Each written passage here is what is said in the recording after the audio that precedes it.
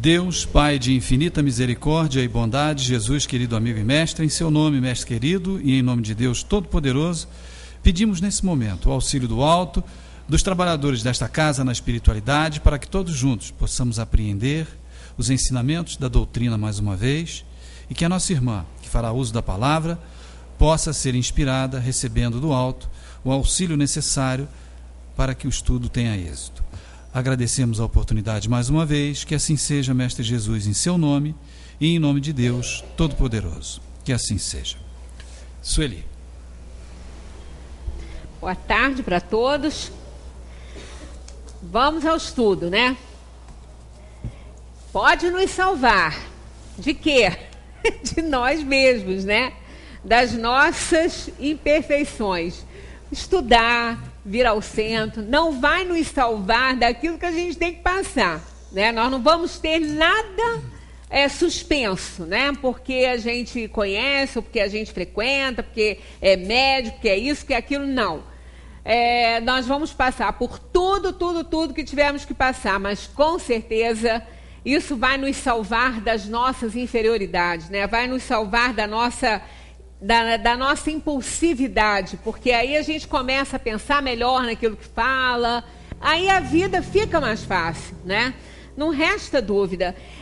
Eu recebi uma pesquisa que está muito dentro do que nós estamos trabalhando aqui. Falamos muito sobre a questão do pensamento e toda essa questão da influenciação. Hoje nós temos que arrematar a umas 2 ou 3 questões nesse capítulo e entrar para a parte de possessos, né? Que possessos nada mais é do que uma influenciação séria, né? O possesso é uma obsessão intensa, né? Que nós temos a obsessão, nós temos 3 estágios de obsessão, né? Uma obsessão simples, nós temos a fascinação, que é mais um pouquinho que a simples, é quando a gente dá na influenciação simples, na obsessão. A influenciação sutil é aquela que todo mundo tem, que todo mundo recebe, que a gente já falou aqui, que não tem como nos isentarmos dessa influência. Mas, quando essa influência encontra um espaço maior para se expandir, ela se torna uma obsessão. Aí, quando a gente não se importa, vai deixando, nós passamos a acreditar naquilo que os espíritos estão falando conosco, aí passa a ser uma fascinação, ficamos fascinados com aquilo que eles estão nos sugerindo. E quando a gente não toma nenhuma providência, nós somos subjugados por eles. Aí passamos a executar aquilo que eles nos sugerem, que a gente se encanta. E a gente, então, passa a executar. Isso é a possessão.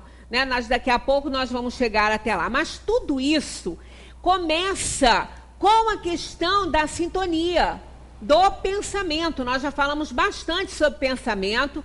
Parece até que eu já tinha lido isso aqui na reunião passada, né? Eu recebi isso aqui agora, essa semana, se eu não me engano, acho que foi sábado, sexta ou sábado, não sei. Muito interessante, que foi uma pesquisa, olha. Eu não vou ler tudo, não, mas também isso que está com letra grande, né? Mas vale a pena, porque isso é pesquisa científica. É claro que nós não precisamos de confirmação científica, de provas científicas para entender a influenciação. A gente vivencia isso, nós passamos por isso, todo mundo passa. É só ter olhos de ver e ouvidos de ouvir que a gente sente, percebe o que está acontecendo ao nosso redor. Mas quando as coisas são influenciadas, são provadas, né? Quando a ciência se interessa, não é a questão da influenciação, aqui é a interferência do pensamento, né? Que já existem provas aí à vontade no campo da ciência com os grandes estudiosos do pensamento.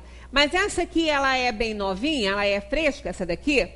Ela foi uma pesquisa muito importante, inclusive até a fala da hiena eles colocaram aqui. Quando eu li isso, eu falei, gente, parece até que eu já tinha lido isso aqui quando nós falamos na semana passada a respeito do pensamento. O pensamento negativo tem poder. é o título da pesquisa aqui, né? O pensamento positivo tem poder. Há um gatilho hormonal que é disparado no cérebro quando a pessoa crê que algo vai dar errado. Olha que interessante, né? O que nós falamos na semana passada e na semana retrasada a respeito da questão aí do pensamento, né? Então, há um gatilho que dispara no cérebro quando a pessoa crê que algo vai dar errado. Então, é o pensamento negativo, ele tem uma força inimaginável. Aí eles começam assim, ó vida, ó céus, ó azar, da hiena. Quando eu li, eu comecei a rir, que eu falei, gente, parece que eu li essa pesquisa. Mas realmente está no ar, né? E isso aí tem tudo a ver, né?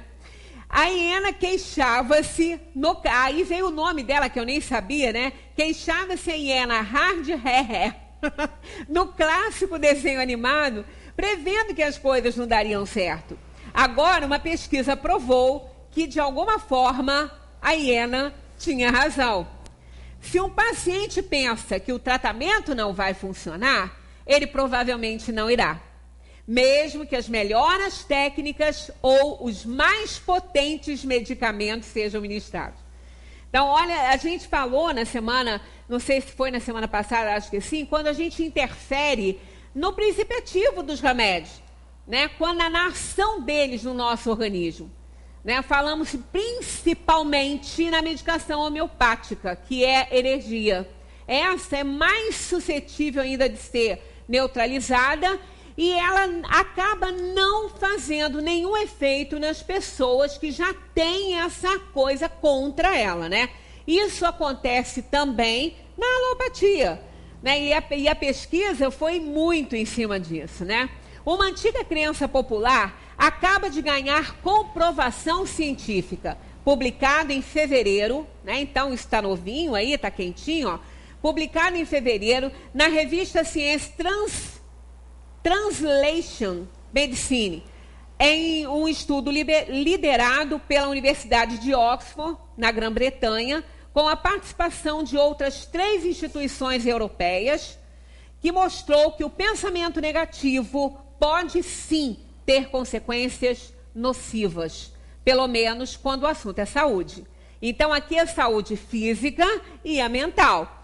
Na mental, nós atraímos aquela leva de espíritos, aquela nuvem de testemunhas, né, para perto da gente, quando a gente não está ruim, né, quando a gente não está pensando o bem, e atrai os bons quando está pensando no bem.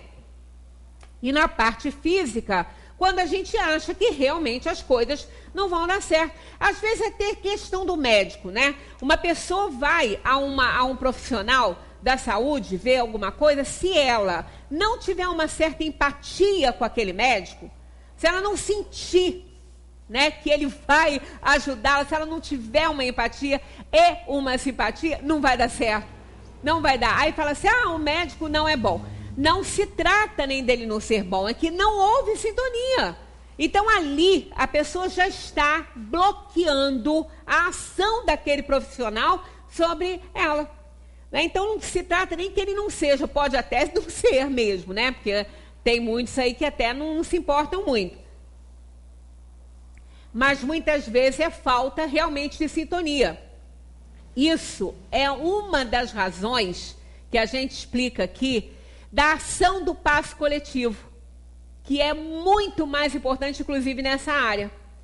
Né? Porque se a pessoa vai tomar um passe, né, assim, mais individualizado, como era ali atrás, que a gente ia de pessoa em pessoa, se ela estiver recebendo um passe de uma pessoa que ela também não tenha muita simpatia, né, não é questão de não gostar da pessoa, não. É de não ter uma simpatia, isso é comum. A gente aprende isso no espiritismo, né? Os choques fluídicos. Às vezes a pessoa não gosta mesmo, né? Assim, da pessoa, mas nem sempre é esse o caso. Às vezes é só uma questão de simpatia que a pessoa não tem.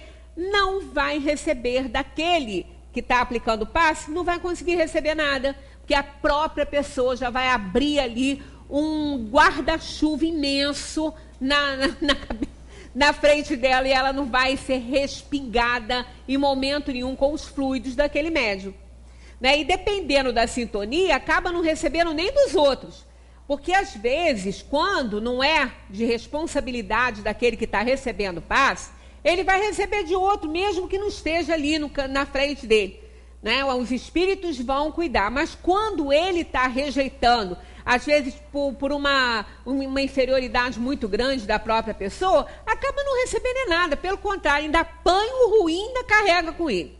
Né? E vai embora para casa achando, nossa, eu tomei um passe lá, saí ruim daquela casa. Pois é, a culpa não é da casa, não. Nunca a culpa é de ninguém, gente. A culpa é sempre nossa. Não é porque nós só temos aquilo que a gente faz por onde de ter. Isso é assim em todos os setores, em todos os sentidos. Né? As coisas não caem no nosso colo, nem o bom nem o ruim. Né? As coisas são conquistadas por nós, pela nossa ação. O pensamento é atividade da alma. Ele também entra nessa questão, até porque ele alicerça as ações no mundo, né?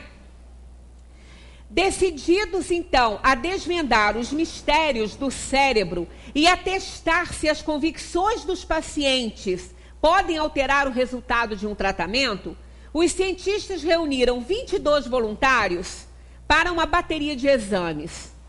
No laboratório, sem que os envolvidos soubessem, manipularam suas expectativas em relação à dor. Então, eles foram umas cobaias aí, né? Os resultados foram surpreendentes.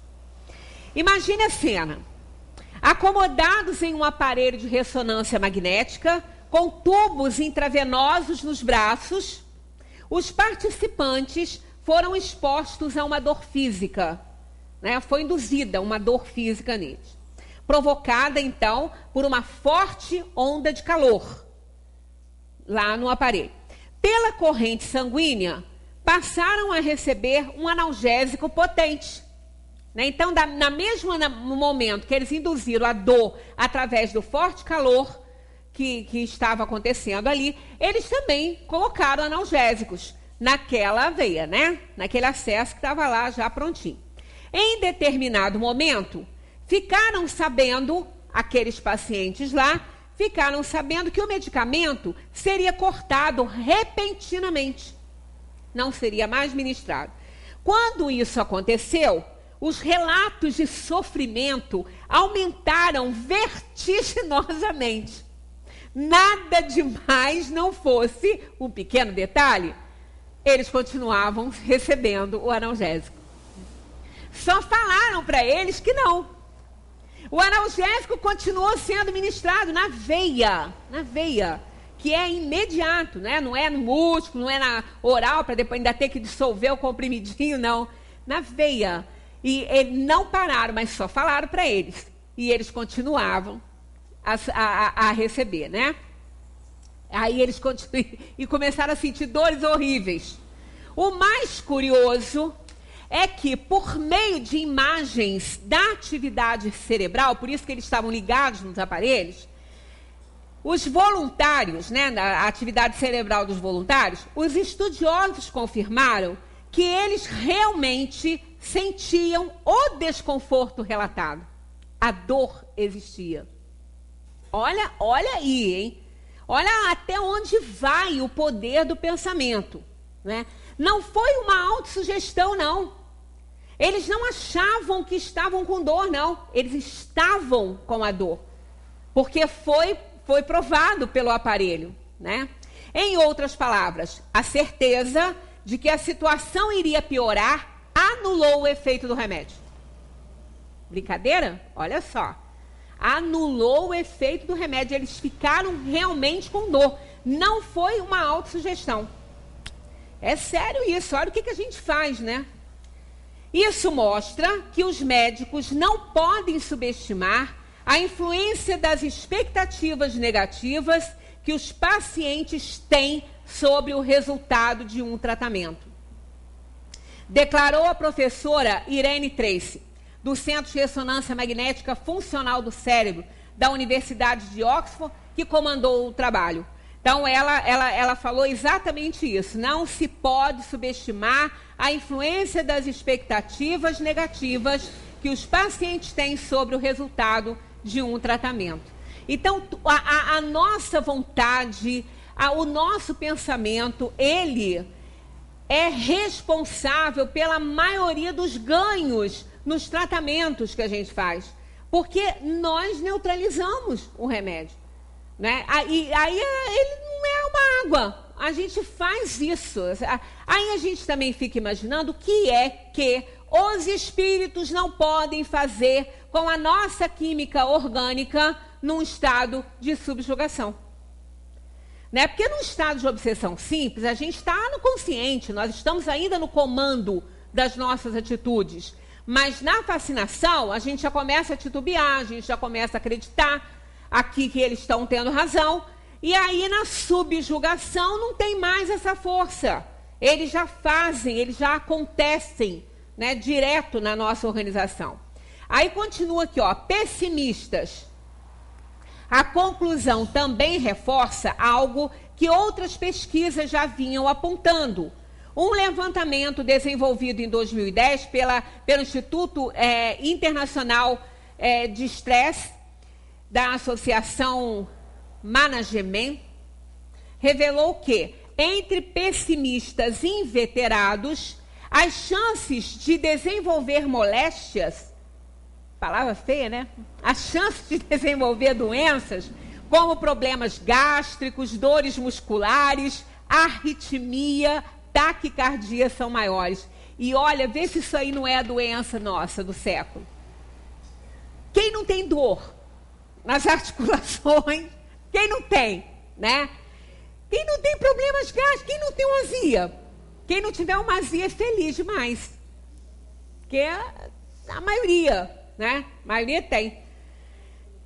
Quem não tem, né, dores musculares, arritmia, coração dispara, sem mais nem menos. Outro dia eu cheguei na casa de um parente meu, aí ela estava desesperada que o coração parecia que ia arrebentar. E foi depois fazer exame, fez tudo direitinho, não tem nada. Não tem nada. Ela não tem doença cardíaca, ela não tem nada. Vai ter, o médico falou. Se ela não se acalmar, ela vai passar a ter. Porque ela fica, parece que o coração dela vai sair do lugar, né? Então, isso aí, quem hoje em dia não tem, quer dizer, a gente vê que nós realmente estamos bastante pessimistas com relação à nossa vida, aos acontecimentos. As pessoas estão com medo de sair de casa, as pessoas estão com medo de viajar, as pessoas estão apavoradas com tudo. Ah, eu posso ser assaltado. Pode. Gente, vamos colocar em prática o que a gente aprende no Espiritismo. É para isso que ele está aqui, para nos orientar, para nos acalmar. Né? Olha a questão da fatalidade, eu adoro esse capítulo, dei uma olhadinha nesse capítulo no Livro dos Espíritos. Se estivermos fazendo a nossa parte, não teremos do que temer essas coisas que nos causam mal, que nos causam tensões, até faz a gente ficar doente. Nada vai acontecer conosco se nós não tivermos que passar por aquilo ali, se estivermos fazendo a nossa parte. Não podemos viver nessa insegurança toda. Ah, mas eu tenho medo, eu posso sair de casa e ser assaltado. Se for assaltado e acontecer alguma coisa, numa situação em que nós não temos nenhuma parcela de responsabilidade nisso, é porque tinha que acontecer. Senão, não vai acontecer.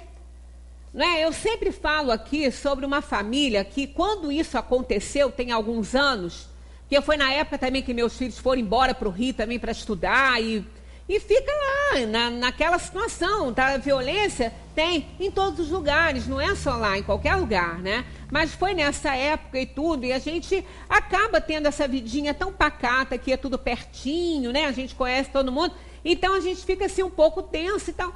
Mas não cheguei a ficar assim, né, doente com essas coisas, não. De vez em quando preocupava e tudo. E até quando aquele ônibus foi assaltado, que aquela professora morreu. Como é que é? 174, né? Parece. Ele foi assaltado. O meu filho pegava aquele ônibus para ir para a faculdade. na PUC, na época que ele foi para lá, né? E era mais ou menos no horário. Então, quando eu vi aquele assalto, eu fiquei um pouco assustada, assim, que eu falei, esse é o ônibus que o André pega e é nesse horário aí, né? Porque ele poderia estar lá dentro do ônibus naquele dia, né? Mas não estava, né? Não tinha que acontecer nada com ele, não estava, porque se tivesse que acontecer, ia estar como aquela professora que estava lá, tinha que acontecer com ela. Tinha tanta gente dentro do ônibus, só ela que morreu, porque estava no momento dela. Então, nós temos que ter essa confiança e parar de ser pessimista, achar que tudo vai acontecer, que tudo vai, né, que é uma desgraça. Ora, viajar, a pessoa tem que viajar. Ai, do jeito que tem acidente na estrada, e viajar de avião, do jeito que cai avião. Ninguém morre num acidente de avião se não tiver que morrer, não. Ele não está pilotando avião, ele não está cometendo nenhuma barbeiragem, né? Até no trânsito, a pessoa vai viajar. Ah, mas eu faço a minha parte, eu estou direitinho lá. E se vier um carro para cima de mim? Porque tinha que morrer, se morrer. Senão não vai vir para cima de você, vai para o outro que tiver que morrer. Né? Quantas vezes a gente vê isso acontecer, a gente escapa, pega o outro, né, que está atrás. Porque não tinha que ser com a gente. Né? Então, se a gente faz a nossa parte, o pessoal vai viajar, tem que ir. Então, tá com o carro em dia? Tá com o pneu bom? Tá com o freio bom? Fez revisão? Tá tudo certinho? Não tem nada de errado com o carro? Botou lá para analisar tudo? Porque senão a gente é responsável por essa situação se acontecer, né? Então, viu tudo direitinho? Tá, viu? Sabe dirigir na estrada? Ou é uma pessoa que não tem nenhuma experiência e vai pegar a estrada de qualquer maneira? Não, não é, sabe? Então tá, então vai com Deus. Dorme, tem uma noite de sono para não ter sono, dorme, né, bem durante a noite, pega o carro e vai, faz sua prece, pede ajuda e vai. Se tiver que acontecer, vai acontecer. Né? Mas vai acontecer, não é só lá, vai acontecer aqui dentro também. Então, quando eu lembro desse caso, na época que meus filhos foram, aí apareceu uma reportagem de Teresópolis, uma família também que o rapaz foi para o Rio estudar, e a família ficou em pânico. O rapaz foi morar junto com o outro lá, não tinha experiência do lugar, exigia que o rapaz ligasse todo dia para casa, quando chegasse em casa. Aí, coitado, o rapaz ficava num pânico, porque às vezes acontecia um atraso por causa do trânsito, a mãe ficava desesperada. Né? Naquela época nem tinha essa onda tanto assim de celular, porque isso tem uns 15 anos, tem 17 que o meu foi para lá, deve ter uns 15 isso aí ou mais. Então não tinha essa coisa tanto assim de celular ainda, e o rapaz ficava tenso da mãe telefonar para dentro da casa e ele não tá. Então era uma coisa, e todo fim de semana ele tinha que voltar. A família não permitia que ele fosse a uma festinha, que ele ficasse no Rio. Tinha que ir para casa no fim de semana. Podia ir para lugar nenhum. Pois morreu dentro de casa. Num assalto na casa dele. Né? Poderia ser lá? Poderia. Aí todo mundo ia falar, tá vendo? Ó, é por isso que eu não queria que fosse. Eu sabia que isso ia acontecer. Sabia o quê? Sabia nada. Morre de medo. Mas ninguém sabe. Né? Então o rapaz, num fim de semana que ele estava em casa, a casa dele foi assaltada, ele escutou barulho, era uma casa duplex, quando ele desceu, o assaltante embaixo, apavorado, quando viu ele, atirou nele e matou. Um tiro só. O rapaz morreu na sala da casa dele. Então aquilo, a gente vai assim, vai vendo tanta coisa, mas não sei, parece que a gente não aprende as coisas, né? Então a gente tem que parar de ficar pensando besteira, pensando bobagem, porque atrai. Aí a gente entra como cúmplice daquela história, né? Como parte antes da hora por causa dessas coisas. Então o pessimista é ruim demais essa situação. Na ciência, classificamos pessimistas como pessoas que interpretam as dificuldades como fracassos e sempre esperam o pior. Quando a gente espera o pior, o pensamento está negativo. Vai atrair espírito, vai ficar obsidiado, que vão ficar reforçando aquela ideia da pessoa ali. Acham que o mundo é injusto, são inflexíveis e obsessivos. Destaca a presidente, né, da ISMA do Brasil e PhD em psicologia, Ana Maria Rossi. Eles estudam muito sobre essas coisas, principalmente hoje em dia, né? Não raro, quanto mais pensamentos negativos nutrem, mais pessimistas ficam. Isso é um círculo vicioso. A pessoa pessimista, ela pensa só bobagem, ela só tem pensamento negativo. E quanto mais pensamento negativo, mais pessimismo. Então, uma coisa alimenta a outra. Ela não sai desse círculo, né? Não sai dali. Em geral, sempre que uma pessoa crê que algo vai dar errado e vive uma situação de estresse, um gatilho hormonal é disparado no cérebro e substâncias como o cortisol e a adrenalina são liberados.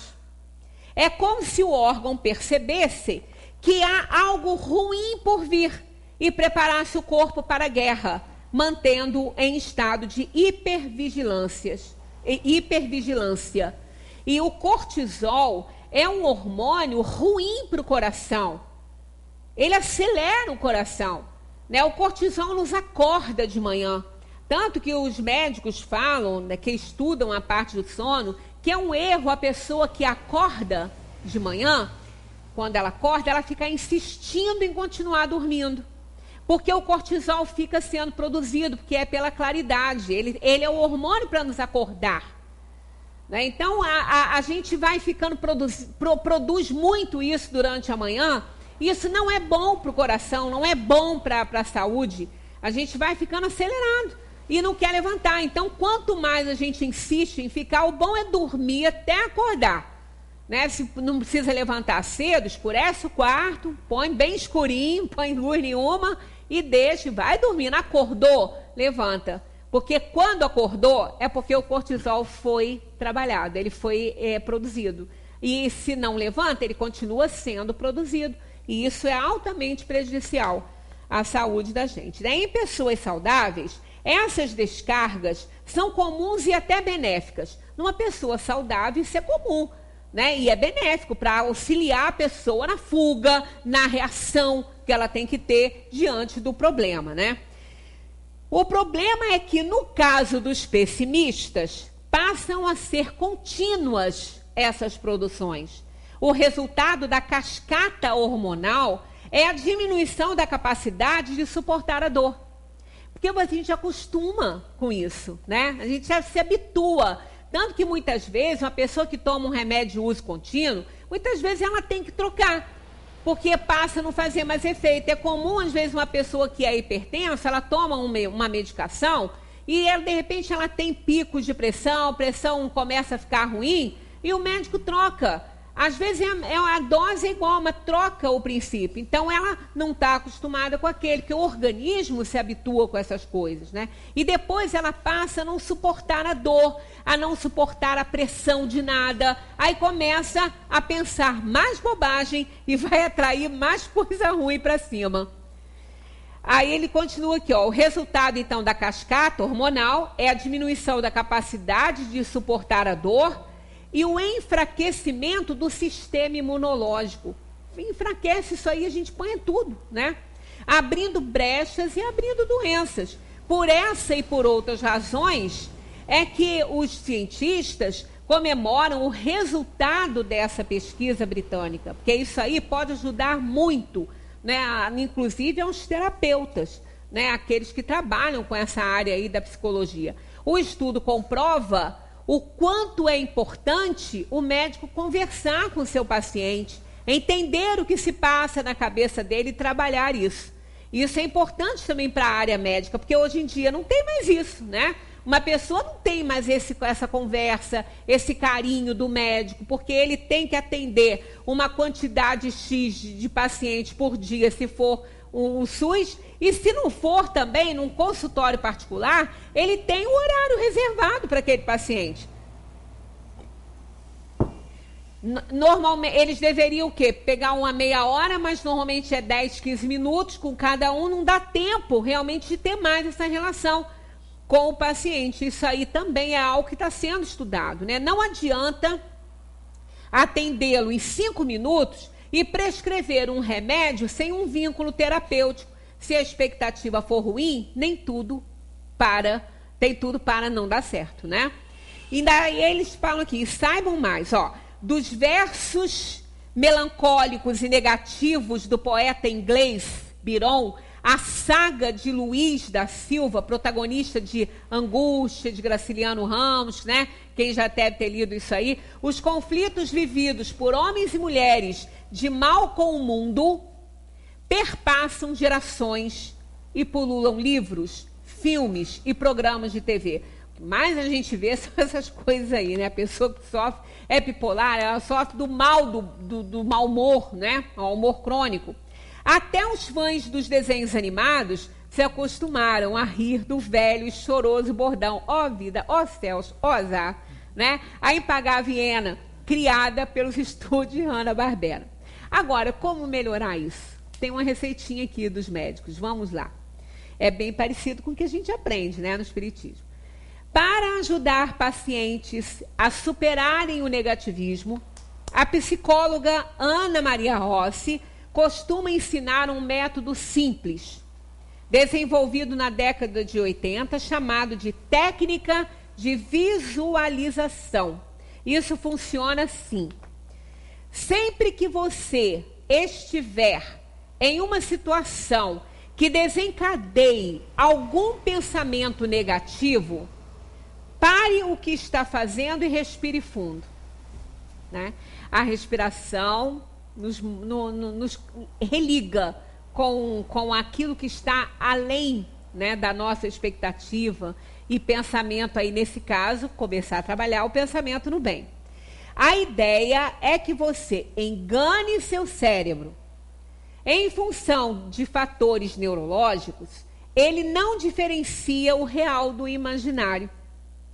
Para isso, antes que ele comece a produzir os hormônios relacionados ao pessimismo, substitua o pensamento negativo por um positivo e visualize a cena. É o que a gente aprende com os espíritos. Pensar no bem, pensar em coisas boas, né? Eles estão sempre nos alertando para isso. Deixa o pensamento negativo de lado, que não é bom.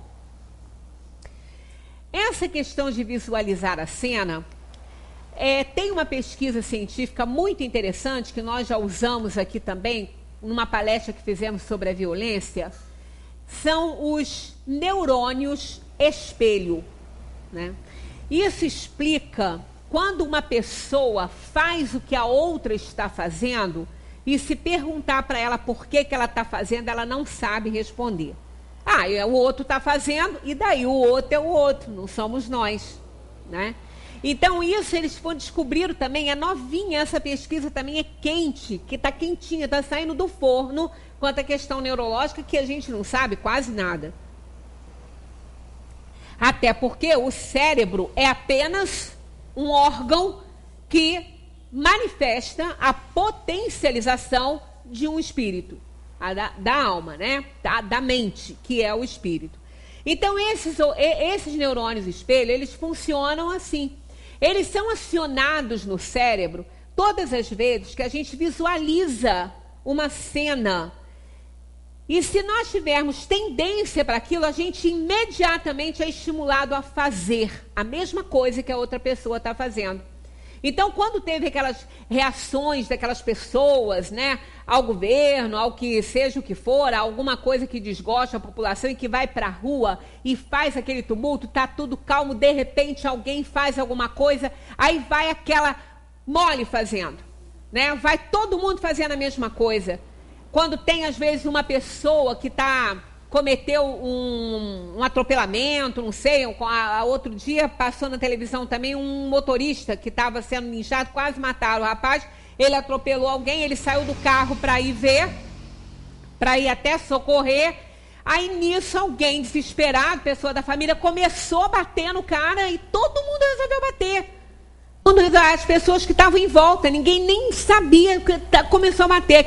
Aquela senhora também, aquela professora também que foi morta, porque ela foi confundida com alguém que parece que roubava criança, não é? Qualquer coisa assim, que acabaram com a mulher. Aí quando pegaram um dos rapazes que estava batendo muito, que depois ele foi preso, perguntaram, por que você fez isso? Você conhecia? Não, porque estava todo mundo fazendo, né? Então esses neurônios espelho, eles explicam isso aí. É claro que a pessoa tem que ter uma certa tendência. Então, nesse pensar bem, como ela está aqui anunciando para que a gente tenha, né, possa se livrar de pensamentos negativos, quando ela diz isso aqui, né, substitua o pensamento negativo por um positivo e visualize a cena, Então, quando nós visualizamos a cena, o que a gente já aprendeu aqui no Espiritismo? Que nós temos matéria mental que vai formar o pensamento.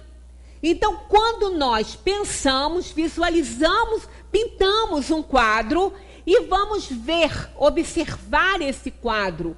Ao olharmos esse quadro, ao visualizarmos uma cena pintada por nós, nós vamos ativar neurônios espelho para aquilo que a gente está vendo.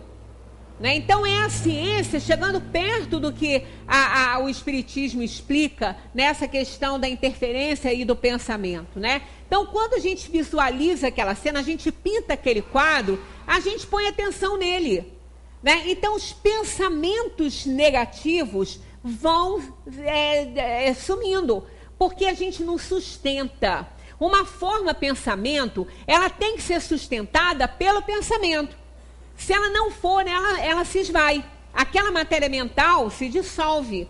Então é importante essa visualização da cena. Sempre visualizar coisas boas, para que a gente possa ter aquele estímulo para afastar pensamentos ruins.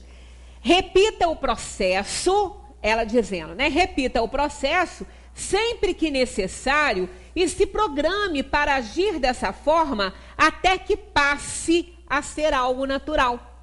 Então a gente passa depois a sempre fazer esse exercício naturalmente. Vem um pensamento ruim, a gente tira aquele pensamento ruim, substitui por um bom e fica forçando o pensamento naquele ali.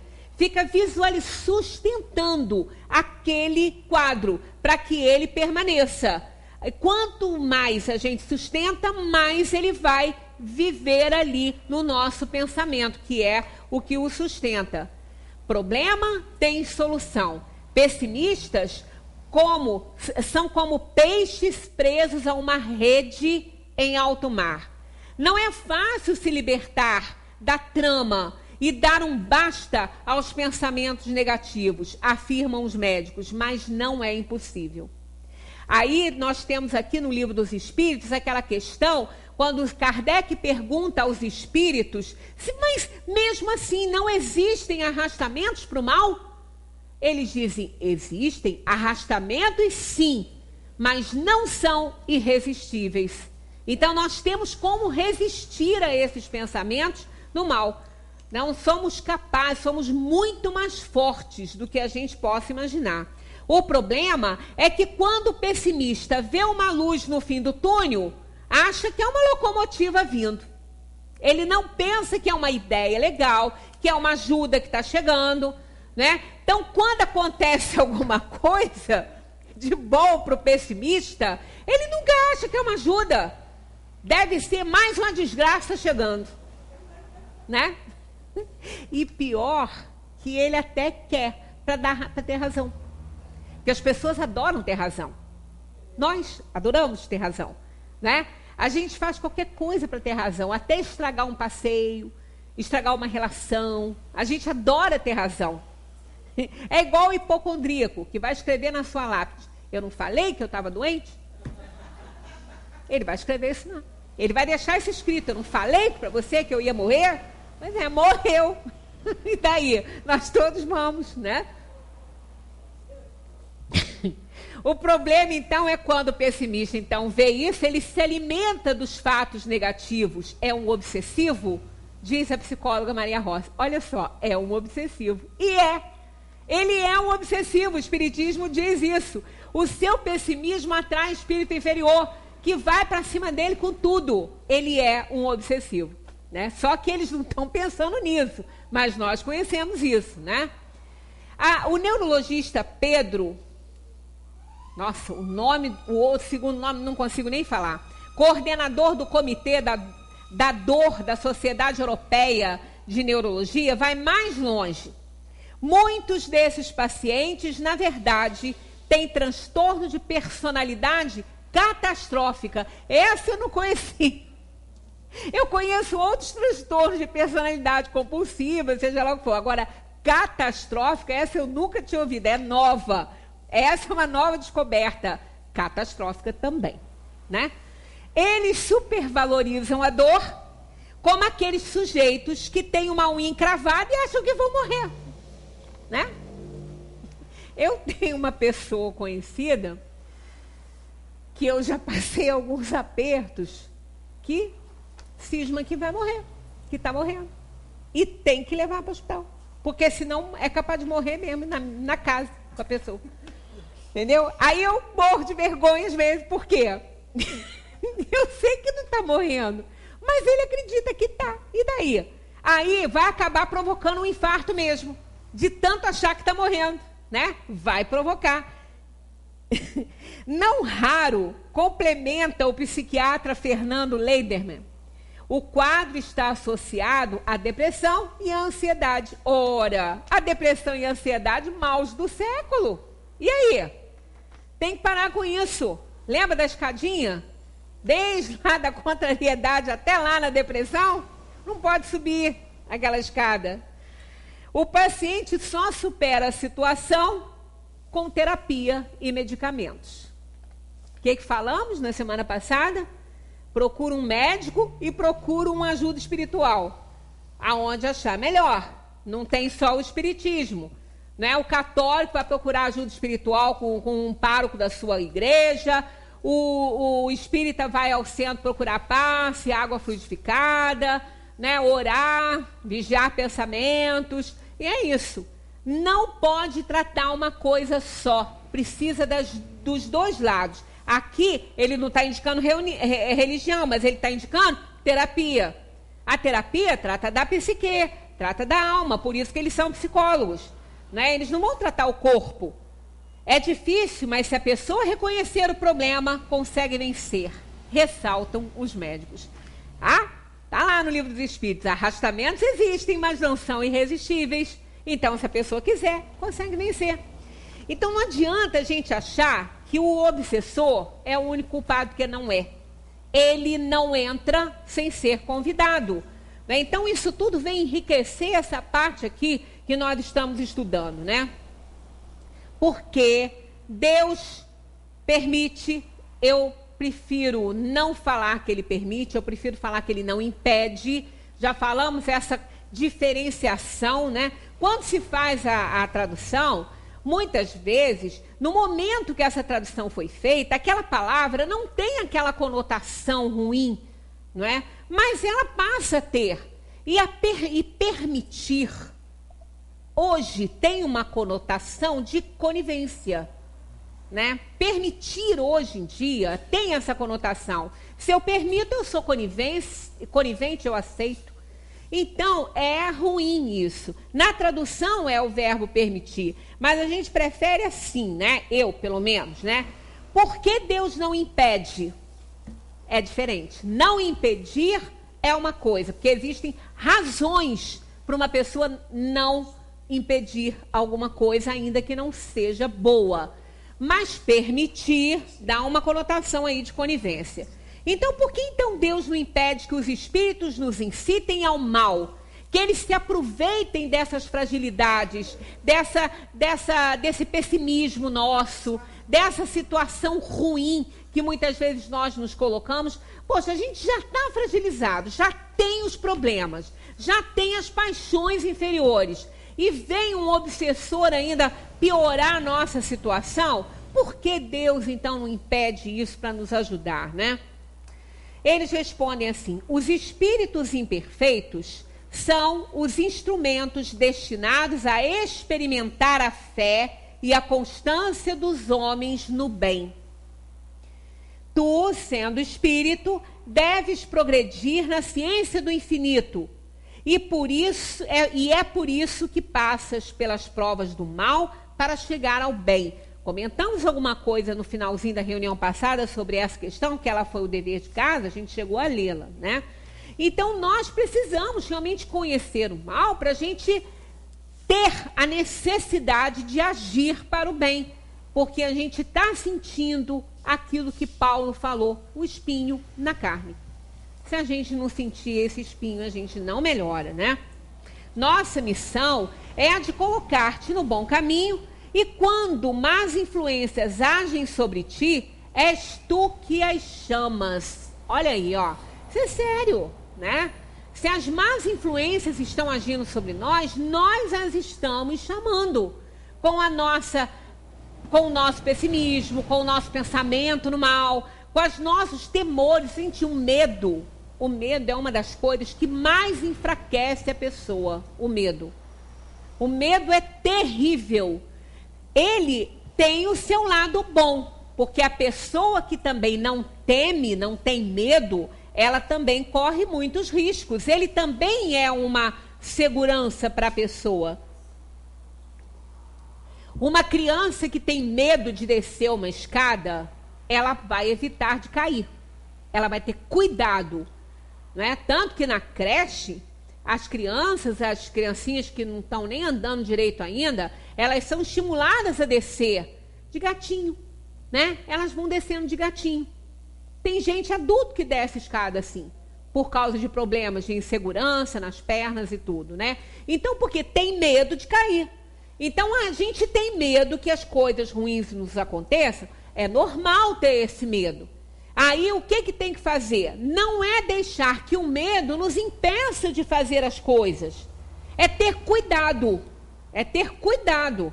Né? As pessoas que moram em áreas de risco, de assaltos e de bala perdida, né? Lá no Rio tem muito isso, elas têm algumas regras a cumprir. Horários que não pode andar por ali.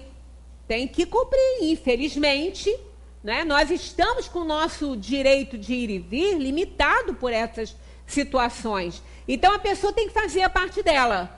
Né? Ela não pode ser ousada ao ponto... Ah, não, eu vou, porque se eu tiver que morrer, eu vou morrer. Não, aí está errado. Aí ela tá se expondo. É igual reagir a um assalto. Não, eu posso ser assaltada, eu vou reagir mesmo, que se eu tiver que morrer, eu vou morrer. Se eu não tiver que morrer... Não pode pensar dessa maneira. Não está fazendo a parte dele. Quando a gente tem uma pessoa na nossa frente nos assaltando, ela já não dá valor à vida. Nem a dela, que dirá a nossa. Por aí, ela já, pelo que ela faz, ela não dá. Né? Então, vai que medir força com uma pessoa dessa? Vai morrer antes da hora. Porque não está fazendo a parte da gente. A parte da gente é não reagir. E isso... Não é só os espíritos que nos ensinam, as próprias autoridades no assunto falam para a pessoa não reagir.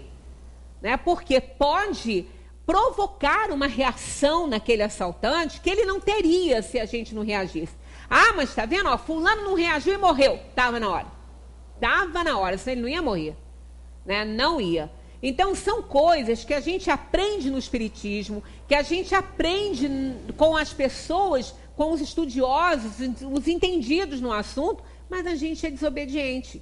E todas as vezes que desobedecemos regras, nós sofremos as consequências dessa desobediência.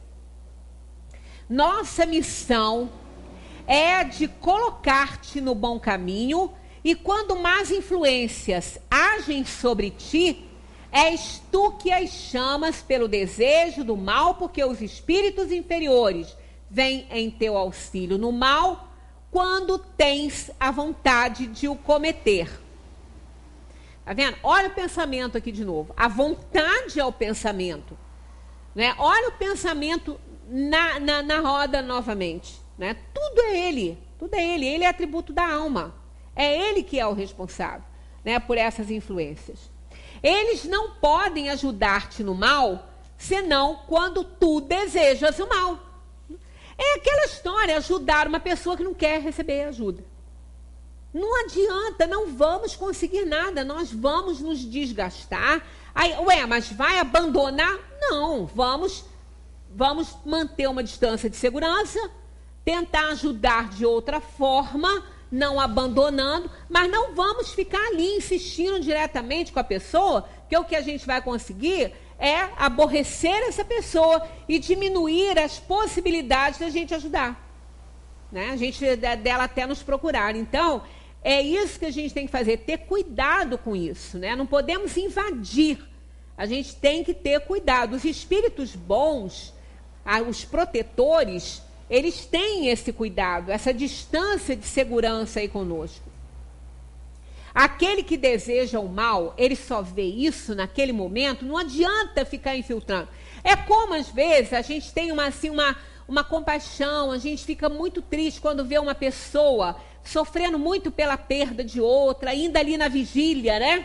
Está ali na vigília, o corpo está ali sem vida, e a pessoa inconformada, doída demais, desesperada com aquela cena, com aquilo tudo ali. Aí chega um espírito e fala assim: minha filha, fica calma, a morte não existe, é só uma passagem. A pessoa está vendo o corpo morto ali, vai falar para ele que a morte não existe.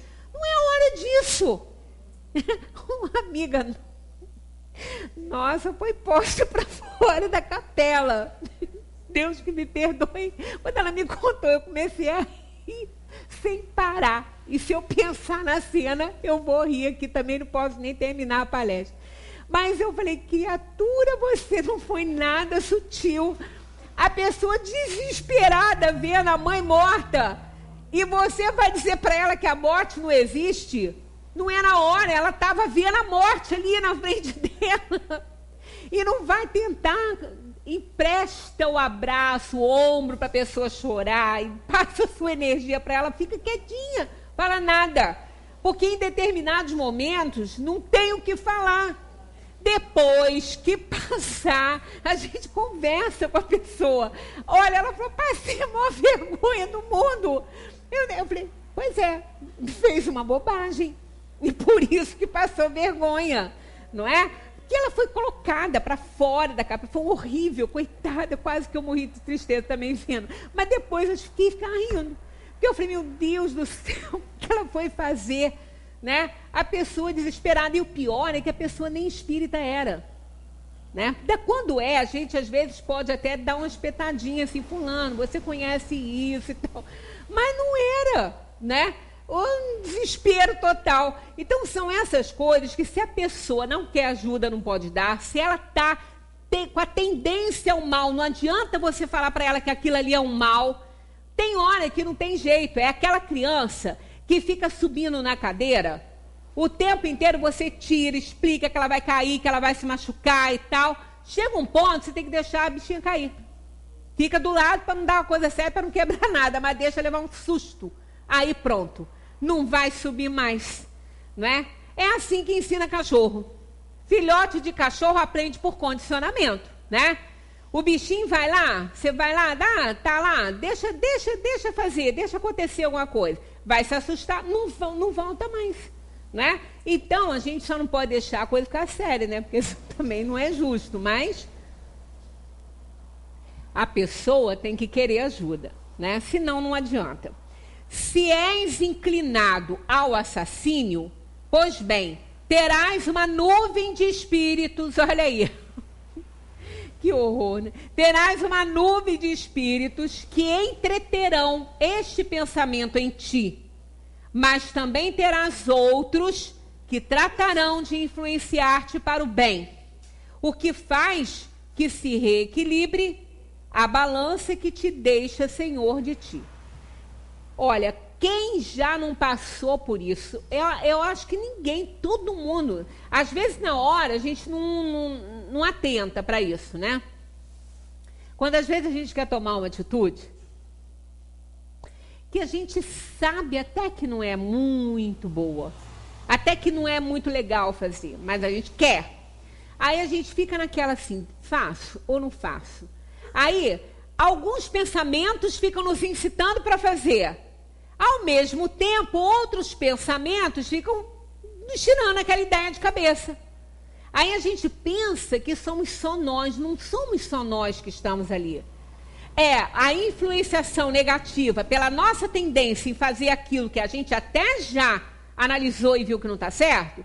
E o espírito protetor, o anjo da guarda, outros espíritos que nos ajudam. Então, aquela figura das histórias em quadrinho, um diabinho de um lado e um anjinho do outro, é real. Aquilo ali é real, é assim mesmo que acontece.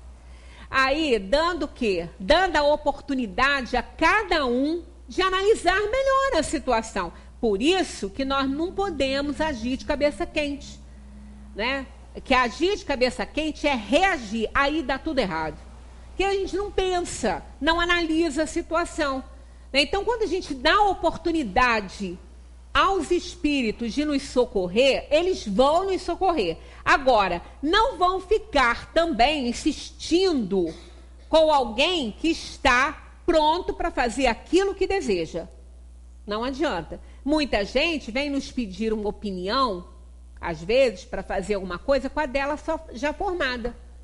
Aí você fala, ela vai ter 1 milhão de argumentos contra você já antes de perguntar. Porque ela não quer de outra forma, ela quer aquilo que ela quer fazer. Então ela vai ter argumento para tudo, para falar que a sua opinião não é legal. Mas ela pede para quê? Descarregar a consciência. Para depois falar, bom, eu até perguntei, né? Mas não quis aceitar a resposta. É assim que Deus deixa a nossa consciência a escolha da rota que devemos seguir e a liberdade de ceder a uma ou a outra das influências contrárias que se exercem sobre nós. É o diabinho e o anjinho. Sempre vai existir. O mal vai sempre existir e o bem é eterno, né? Esse aí foi colocado em nós como semente. O mal foi desenvolvido pelo mau uso do livre-arbítrio. Mas a gente tem que prestar atenção nisso, né? Nós temos muitas oportunidades, nós temos muita ajuda. Não somos perfeitos, a gente está ainda na classe dos espíritos inferiores, mas mesmo assim nós temos condições de acertar muito mais do que a gente vem fazendo. De nos libertar das influências negativas através da compreensão, da aceitação, né? E sermos resilientes, né? Que é a capacidade da gente resistir diante das tentações. Aquilo que a gente falou, que a gente ora no Pai Nosso, não nos deixeis cair em tentação. Quer dizer, quando eu estiver em tentação, não me deixes cair e me livre do todo o mal que eu não tiver que passar. Isso eles vão nos livrar. O mal que a gente não tiver que passar, eles vão nos livrar se nós estivermos fazendo a coisa certa. Então a gente cai naquela questão, né? Ajuda-te que o céu te ajudará. Faça a sua parte. Batei e abrir-se-vos-á, né? Isso é a lei, é a regra da felicidade para cada um de nós. Muita paz para todos. Semana que vem tem aqui dever de casa 467 e o restante, né? Todo que a gente vai estudando. Muita paz para todos.